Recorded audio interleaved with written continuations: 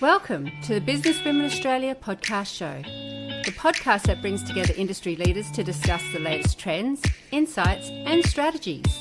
So sit back and relax. Let's get inspired by the amazing women who are shaping the future of professional women in Australia. Don't forget to like and subscribe.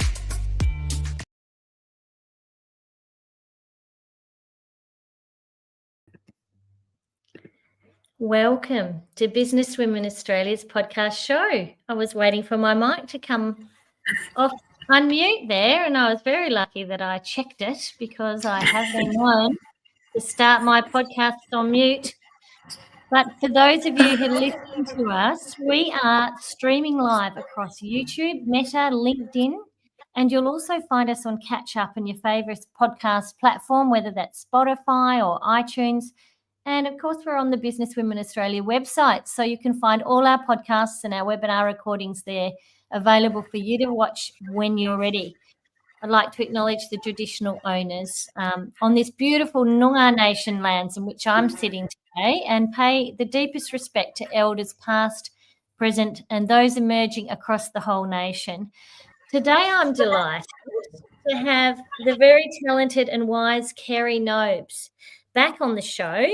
We're going to delve into future-ready leadership. And we're really going to find out what Kerrie's thoughts are around what it means for upgrading professional services. Kerrie's the founder of Kreating New Collaborations. She's also very active BWA Advisory Board member and a leader in our Melbourne community. And she's doing some very interesting work with professional services firms. And anyone who knows about my background, since graduating with a commerce degree more than a few decades ago, I have a very big interest in professional services sector, and I'm dying to hear Kerrie's views on what it takes to develop powerful future-ready leaders, particularly in accounting and legal firms. And look, any services organisation or, knowledge expert-based organisation is going to get a lot of value from listening to this episode. So, Kerrie, I've always admired how your work is really deeply drawn from research in best practices, and the work that you do in leadership development draws on sort of global evidence-based frameworks. And of course, you have a lived experience working with senior leaders across a range of knowledge-based sectors.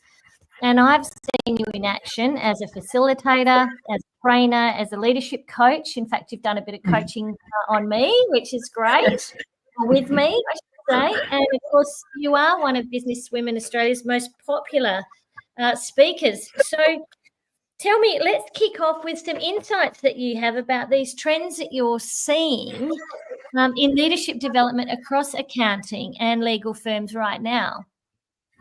Yeah, thanks, Lynn. Very, very nice introduction. Thank you so kindly. I guess for me, let's just sort of start at what are the main challenges that this group is seeing. And I keep hearing over and over, how do I attract the right people? How do I keep the right people? How do I work with the overwhelm? Because both of these industries are really deadline driven. And there's no real maneuverability of pushing out deadlines. They are strong held deadlines. So that brings in a whole range of challenges. And so for leaders coming into this space, it really is, and that are here, we're seeing that change over of that command and tell sort of leadership into really finding ways that you can engage people and then help them transition into leadership. And we need to have that pipeline so that we've got people coming in, we're keeping them, they are evolving, they are growing, and then they are growing the people that are coming behind them. And that really helps with that, attracting people in, because people want to get developed. And also in terms of, so you're attracting, but you're also keeping. And that seems to be a major challenge out there at the moment. So trends are very much about how do we become more customer centric. And I think that's the big thing, is we've got so much going on with AI and technology and things like this. The differentiator for business is the people, because people buy from people. Absolutely. Look, I'm seeing that too, Kerrie. I'm seeing that there's a real shortage of particularly young professionals in the 3 to 5 year mark.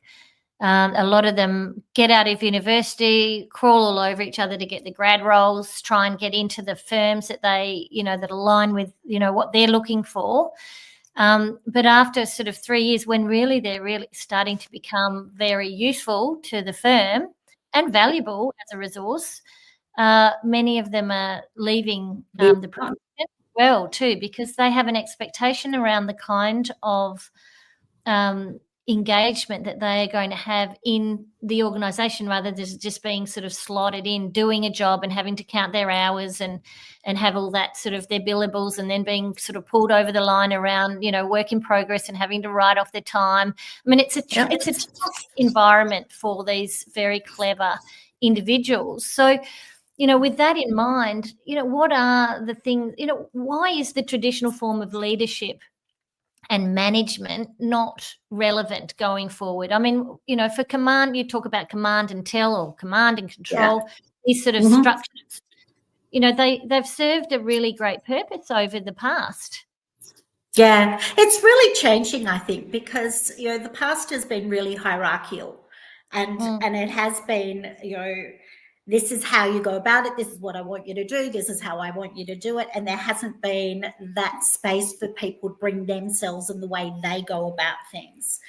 And so the leadership really needs to move from that hierarchy into who's doing what projects and tasks and the jobs that people are on, and who is, working within that sort of hierarchy, because you obviously need somebody to lead each of those sort of projects. But people want to come in particular, as you were saying, the younger generation, they want a voice. They don't want to come in and just be, do. They want to develop, and there's a real appetite for them to learn new skills and have that voice and really feel like they're adding value to what's there.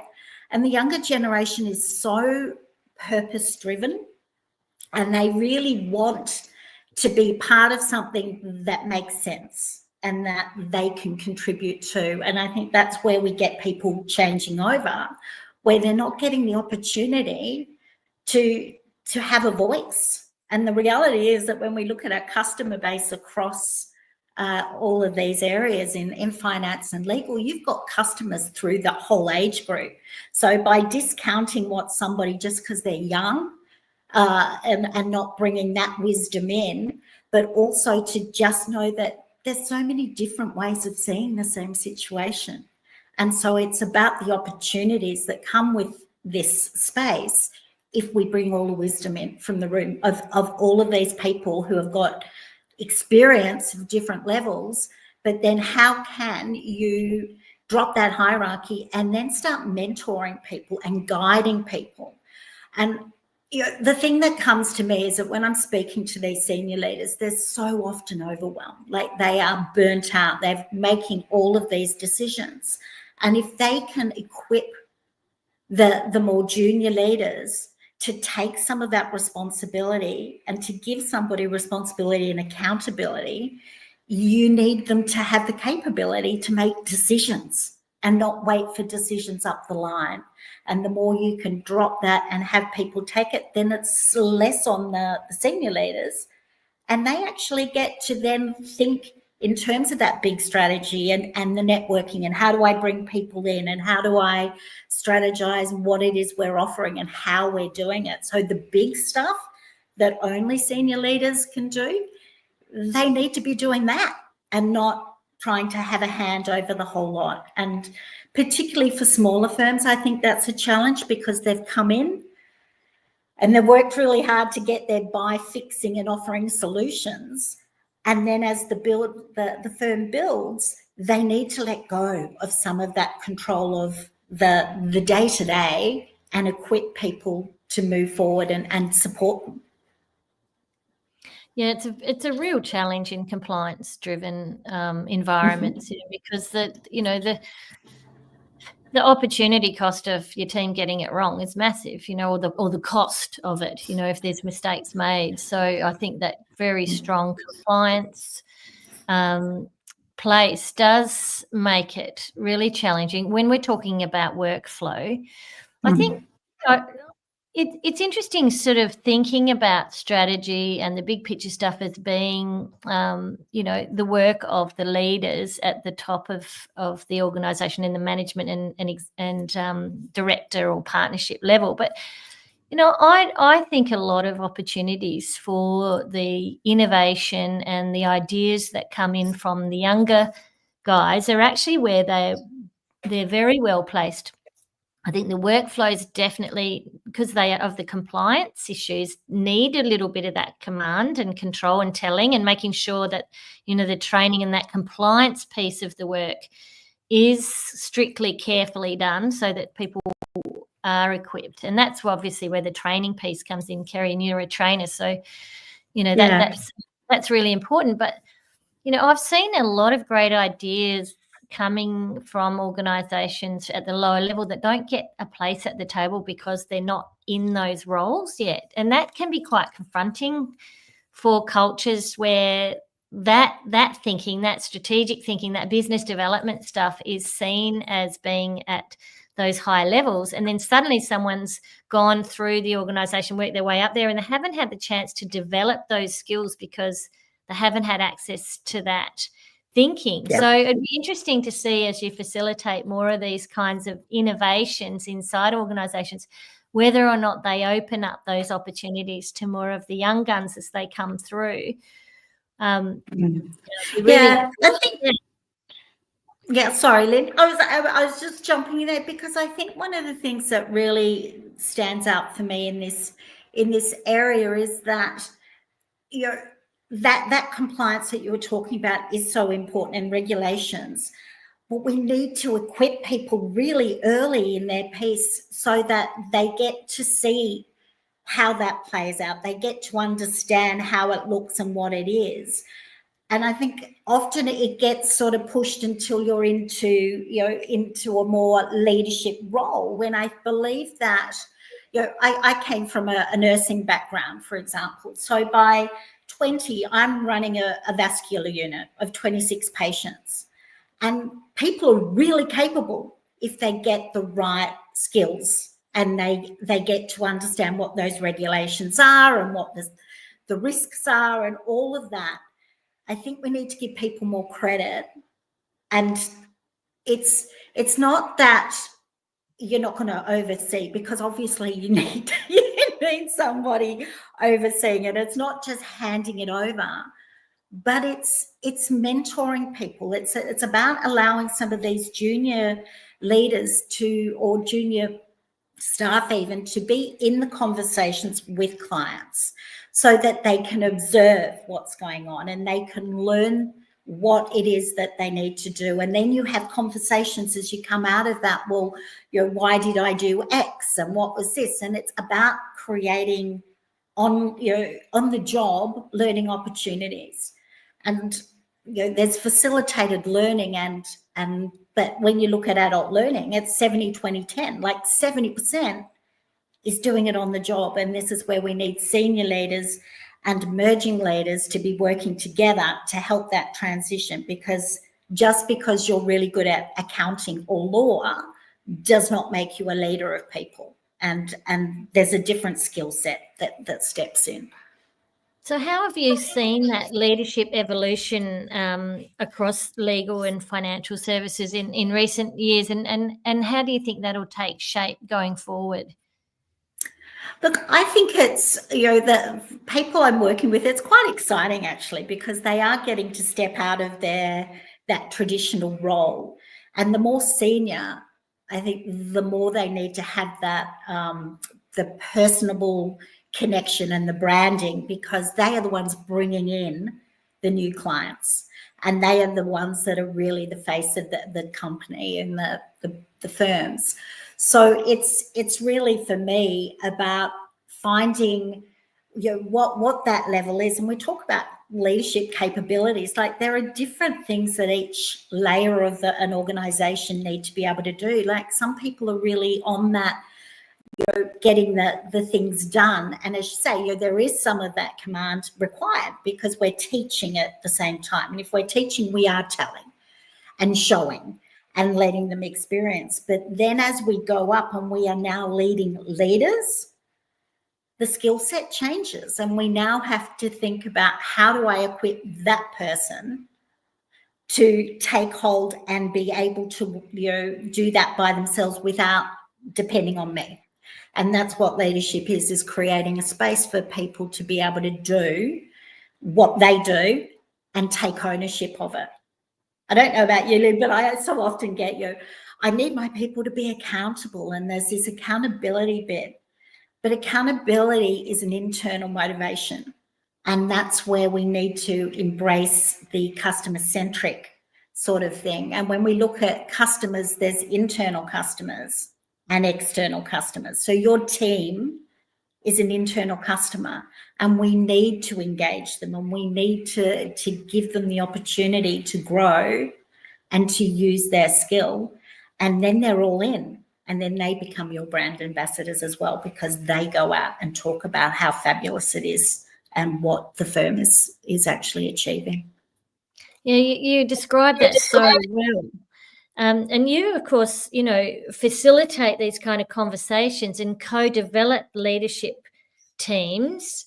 Does that differ from the standard leadership training programs that we, still see to this day peddled as, or come and do a leadership development program and roll it into your organisation, and, you follow this sort of set, sort of thing, and this is what you say. But, that sort of that model of leadership training is being usurped by having people like you come and work with the leadership team, isn't it? Yeah, look, I truly, I think there's a huge difference. So traditionally people would send a leader off, one leader at a time or a couple at a time to go to a full day session for starters. And when you look at the research, we're not equipped, our brains are not equipped to just keep taking new information in all day. So you go off to something in a standard, this is what we're doing. Then the facilitator of that learning sets a pace by what the content is. And then they try and build in content because they want to give you the best return on investment, and you're going to learn this, and this. But the difference of that is you're not getting the opportunity to ask questions, to sort of sit with it and reflect on how does that look in my space, and to really adapt the learning to what you need it to do, and also to practice.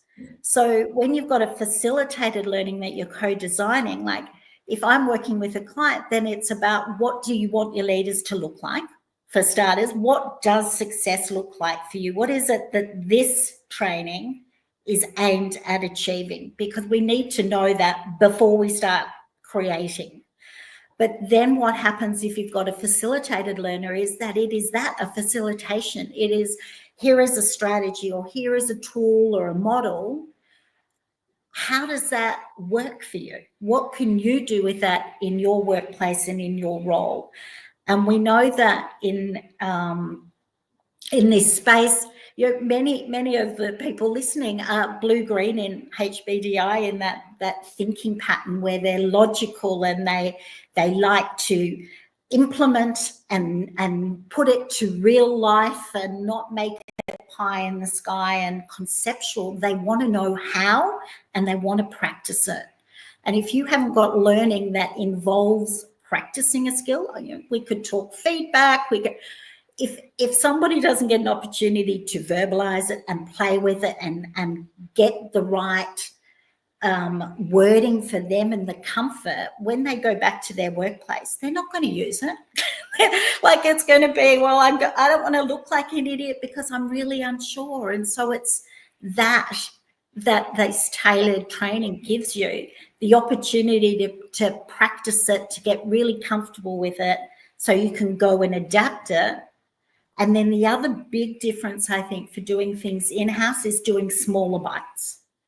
And it's becoming 90 minutes to half a day. If you've got a local, someone close, 90 minutes is great because they don't have to do a big travel. But if you're bringing someone in, cost-wise, it's probably better to go that half day. But then what you're doing is cutting down what you're trying to achieve and make that, you know, how we build those neural pathways. So we start with this little walking track, and the more we look at how that would work here and what am I going to do there, and we start adapting it and working and practicing, we're laying down a path, and then we've got a highway, and now we're doing that skill or that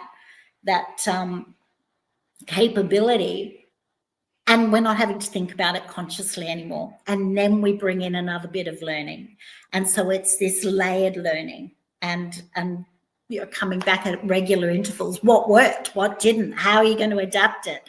And making sure people are actually using what it is they learn. Yeah, I'm really excited by that approach, because that's also, you're doing it with your colleagues, you're implementing, you're developing those shared best practices, what's working, what isn't working. It's actually impacting on the culture too. So it becomes an innovation culture based on a learning culture, and the sharing and openness of trying and having a go, which can be quite challenging for these particular sectors too, because they often don't like taking risks and don't want to get things wrong. And you know, if you know, sort of embedding this concept of adapting and having a go and trying and learning from the process, that's actually going to have a domino effect on the whole culture of your team and your organisation. Yeah, and it also gives a common language too, because if everybody in the team is going through, you know, whether you do it all together or whether you do a few bits, but if it's your program and it's written for your business, we can build in your vision and your values and make those living documents as well. Like, they actually come into how we lead, and that needs to happen, because people need to be aligned in what we're doing and why we're doing it. But it's that common language of having the same, for example, a feedback model. You know, you've got a feedback model, everybody knows how that works, and so everybody can see a process, which takes away the fear of that, you know, causing conflict or you know, having difficult conversations. So it's really about how do we bring the team, and say, into a place where we're all learning, and it is growth, but we're being supported in doing that, but we're also being challenged to step out of our, you know, comfort zone of how we do things, and ready to figure out how do we move that status quo? What could we be doing better? What opportunities are we missing? And then we also get to have that champion at the end of that absolute celebration, when we've got people who are really excited about what they're doing, and you know, coming on Monday morning and being happy to do that, rather than, oh God, here we go, it's Monday morning, which is a horrible way to live. I love it. That enthusiasm for change is infectious, Kerrie. But you talk about 5 key areas of leadership transformation. You talk about purpose, connection, courage, curiosity, and consistency. Can you walk us through each of those and how that plays a role in leadership success? Yeah. So when you start reading about leadership, there are so many articles out there that are the C's of leadership, and there's many of them. So purpose would be common purpose in many spaces. So purpose is really, you know, it's a noun and a verb, and I'm all about a verb girl. So it's about doing what we do with intent. So we know what's meaningful, we know what it is we want to achieve, and we know how we want to show up, and that gives us purpose to go. And in a workplace, that means when it gets tough, we can stop and think, all right, no, this is what I'm doing. I'm doing this because I want to help people, you know, get their best foot up financially, or in whatever the legal situation they are. And it's about everybody having this alignment in that, and then it really creates a space of team. Now, for those that have visions and they have their values on websites, we really need to make sure people know what that looks like in action. So, and some people aren't there yet in this space. Sometimes it was not, you know, we're doing, rather than stopping and coming back to why are we doing what we're doing. And there are many ways, and if anybody wants, some ideas of how to go about doing that, just reach out. But we need a purpose, because it then drives a vision of why we're doing it, and it allows people to come in with some passion about what they're doing, rather than just task, jobs, workflow, as you said. Connection for me is big. Like, this is all our relationships. And we talked about the need for this area to go into customer-centric spaces, and customers, both internal and external. What we need to do is really listen and get curious. And connection really means that people get a sense of value and a sense of belonging.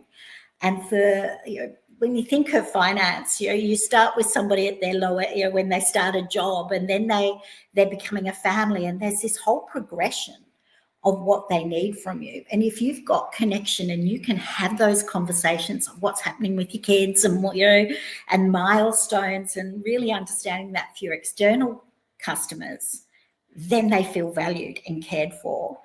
Just as you would do that for external, we can do that for our team as well, to really understand what's going on with our team and what they want to contribute. Because if we don't get to contribute, that's where we start backing away, and we don't do that.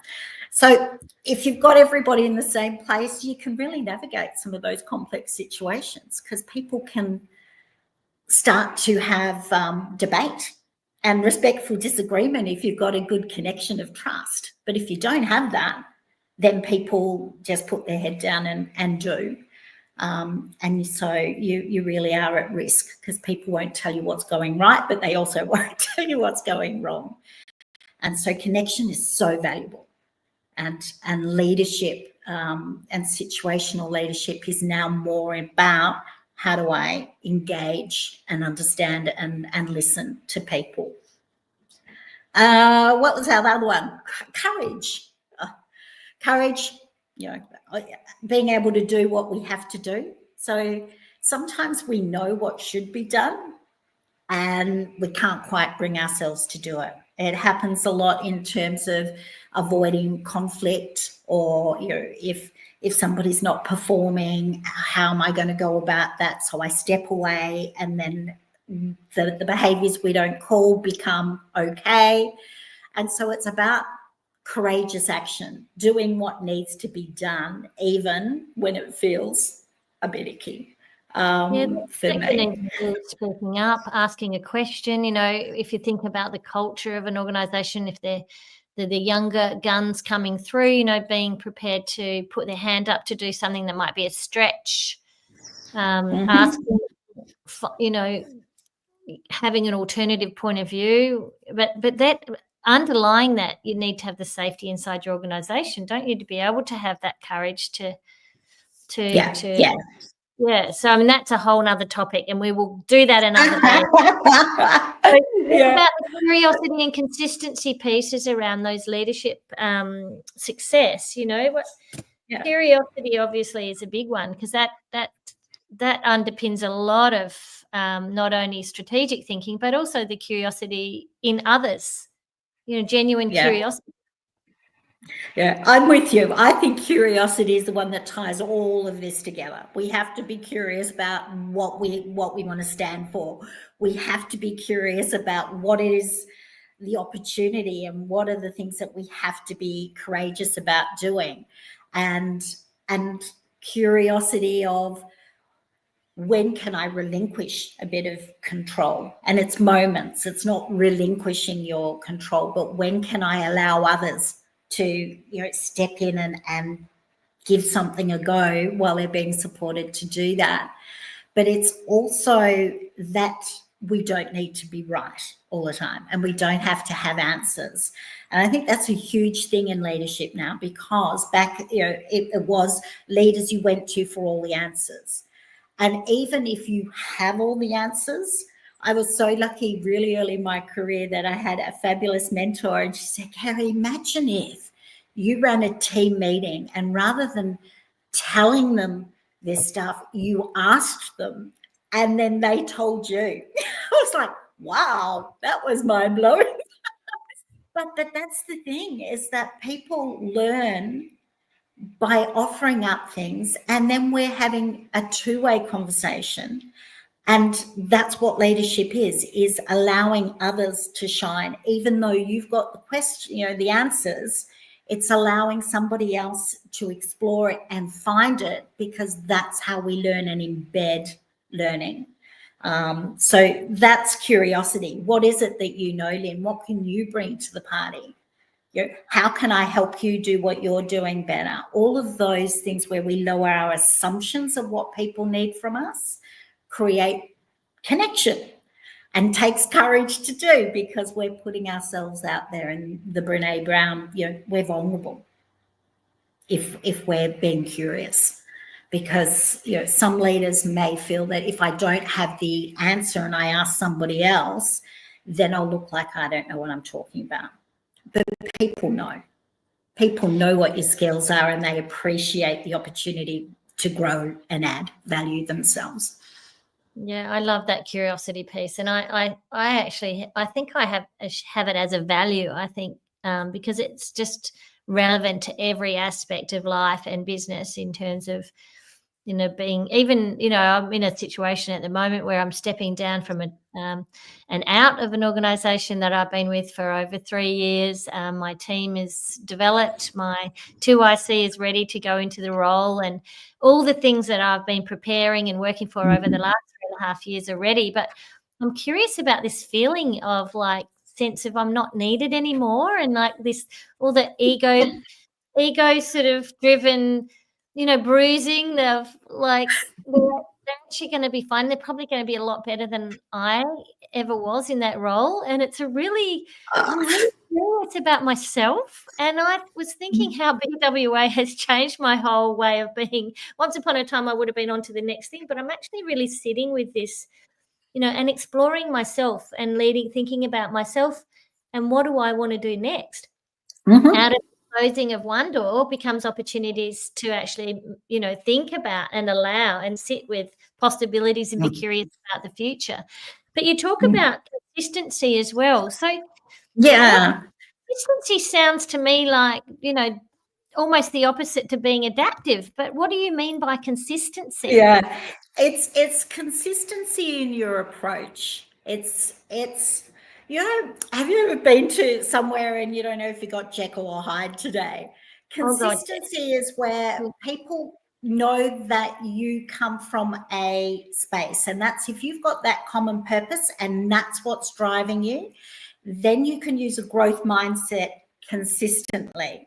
And consistency is really that bridge between a goal and accomplishment, because we need to do things that drive us there. But that's not to say that it's sticking on that pathway. It's about using all those other curiosity and what's working and what's not. But it's our approach to that is consistent. My approach is that I want to know what you're thinking as a leadership team here. And for me, it goes to, Simon Sinek says, leaders speak last. It's about that, okay, I want your ideas. I want us to debate. I want us to have respectful disagreement so that we are moving forward and making the best decisions we can with as much as we've got. Consistently doing that creates a space of a really learning culture where people are engaged. So not about perfection or doing it the same way. It's absolutely the opposite. It's about consistently thinking, how do we keep moving forward? How do we stick with that common purpose and move? I mean, these are such a great 5 areas to really understand around leader transformation. When you're thinking back now around professional services firms, particularly accounting and legal, financial planning, perhaps less so, maybe banking, these kind of very sort of, like you mentioned before, the blue-green kind of brains that are risk averse. They're very procedural and process driven environments. They're compliance driven environments. Which one of these 5 areas do you think are the most challenging for firms to embed? It comes back to that curiosity, Lynn, because when we get busy And let's face it, because they are so driven by deadlines here and having to get things done by a certain space and even all the regulations that drive that compliance and timelines, curiosity gets lost because we get stuck in the doing.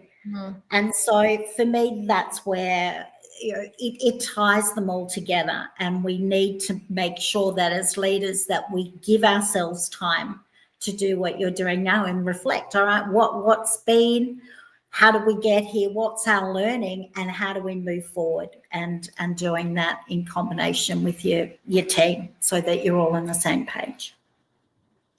Yeah, look, I think that I'd agree with that. I think that is it's the hardest one at all, and quite often the type of people that are attracted to these kinds of roles actually do like the black and white nature of those, of the laws that and the aspects of knowing process can be done. Yeah, this is how you do it, and so actually that curiosity piece probably is. I agree with that. So I think what I'm really interested in too is, when you're talking about investing in a facilitated development model and a leadership sort of process that starts to be embedded and co-developed within an organisation, I mean, how can they measure the return on investment for this? Because, obviously these kinds of firms are very driven by the bottom line and by making sure that any dollar spent, they're going to get value for that. Yeah, definitely. So you've got your quantitative and you've got your qualitative. So, we can measure, and this is why it's so important to know what it is that you are trying to achieve, because you need to know what success is so that you're measuring the right thing. So you can measure things like your retention rates. You can measure customer complaints. You could measure what deadlines, how many deadlines are being met. There's very specific things that you want to measure depending on what it is that you are looking to achieve when you're bringing learning into an organisation. Then there's the cultural piece and that customer-centric piece of how do we engage and influence and network and bring in clients. And those areas are often by survey, by actually doing an employee survey, of getting feedback.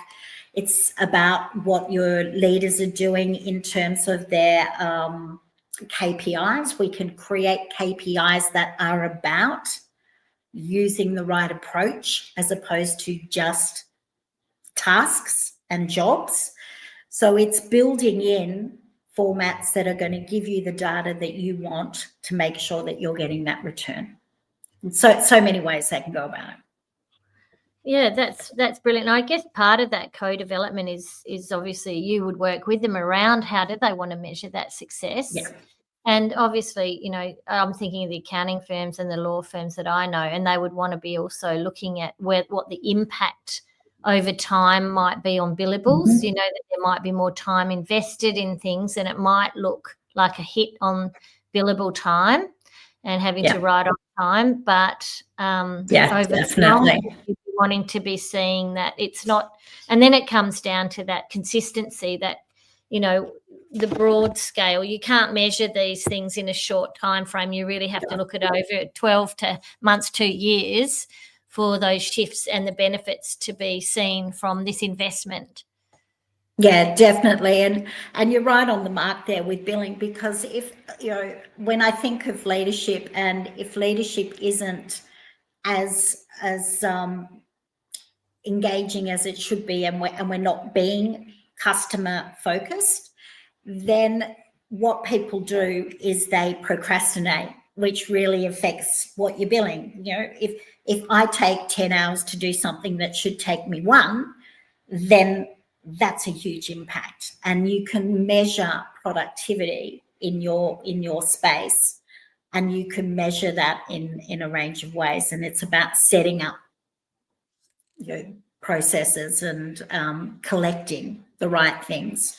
But it's the return on investment is often very easy to see. It's easy to feel, but it's more so you can see those changes in data And as you say, data is pretty important in this space because Absolutely. And there's a lot of data being measured that quite often isn't being tracked in terms of these things. I think you'll find the more organisations in this space that you work with, you'll realise they've got a lot of data that they actually do gather, but they don't generally use it. They don't do anything. They aren't really measuring any of those impacts. It's almost data for data's sake, or for data for profitability or billings or write-offs, sort of it becomes fairly... It comes back to our curiosity, right? I wonder, I wonder what's happening. I wonder what those trends are in how we're working and how effective we're being. And as we said, it gets lost. Yeah, absolutely. There's so many more things I want to delve into, but I think time a lot for everyone to take away. I mean, for any leaders of professional firms who have been listening to this, I really encourage you to reach out to Kerrie. You'll find Kerrie on the Business Women Australia directory. She's on LinkedIn. She's got her own website, Kreating New Collaborations, and her contact details are in our show notes. So reach out to her. Even grabbing her for a 30-minute sort of sounding board session or an hour or what have you is so worth your while. I've been relying a lot on Kerrie, in terms of helping shape the strategic direction of Business Women Australia, and I've had the absolute pleasure of having Kerrie as a coach as well. A few years ago, we did a coaching course together, and a part of that we had to coach each other. And I tell you what, Kerrie's ability to hold space and to actually mirror and provide the tools to actually help someone who just needs that person to have the frameworks to sit in, to work out yourself what you need to be doing, what's important, in terms of your whole holistic leadership style. I totally recommend you reach out to Kerrie. She's awesome.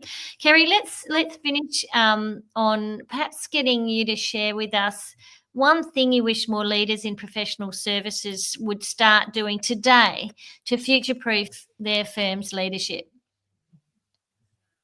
Hey, hard to go one, isn't it? But for me, I would say self-awareness, in getting curious about what you are doing well, because we really should be leading with our strengths. And it's interesting that a whole other conversation, but only statistically one third of people know what their strengths are and actually consciously use them.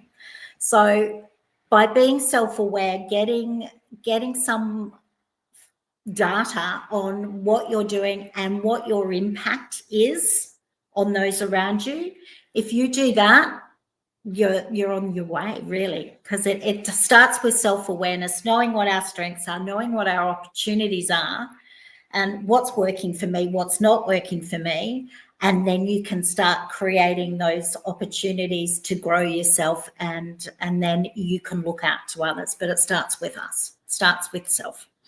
Such a great message to leave on, Kerrie. So for those of you who are partners or directors in accounting, legal, finance firms, whatever, here is a great message to you. Start by looking at your own self. Leadership starts with leading self, and then also thinking about how you as a leadership team can bring in someone like Kerrie to co-develop what leadership looks like within your firm. And then what sort of ways you would measure success, so that you can actually start thinking and visioning about where the firm is going to look like in the future, and then work back with someone like Kerrie, who's got the skills to develop something bespoke inside your organisation and be that kind of guiding coach along the way that steps in as a facilitator and helps you on that journey. It's such a great investment. I've seen it inside quite a number of firms. It just makes a difference. So well done. And thank you so much for being on the show, Kerrie. Thank you, Lynn. It's always great to chat. And, this is my jam. This is what makes me happy, to help people grow and to create what it is you want your workplace to be, and to create the success you deserve when you put in the hard yards. And so thanks for listening in for those who are out there. And please reach out if you just want a conversation. Totally happy to let you know where I am. It's quite easy to find me, but happy to have that conversation. Fantastic. And for those of you who are listening to our podcast show, we'd love you to like, to subscribe and to share. And if you've been thinking about becoming a member of Businesswomen Australia, we're national and we do a lot of things online as well as in person. In fact, Melbourne last night had an incredible event with our fabulous hosts at ServeCorp, Fashion Icons with Jerry Leon from Wesson, and also 3 Drops Wine. So what a luxe event that was last night. So have a look at the calendar on the Businesswomen Australia website. Join us. There's a few different ways you can join, different levels. If you've got any questions, reach out to me, Lynn Hawkins, or to Kerrie Nobes, who's on our advisory board. We would love to tell you about how much we love being a part of this amazing movement. So thanks, and we'll see you in our next show. See you later. Thanks Lynn.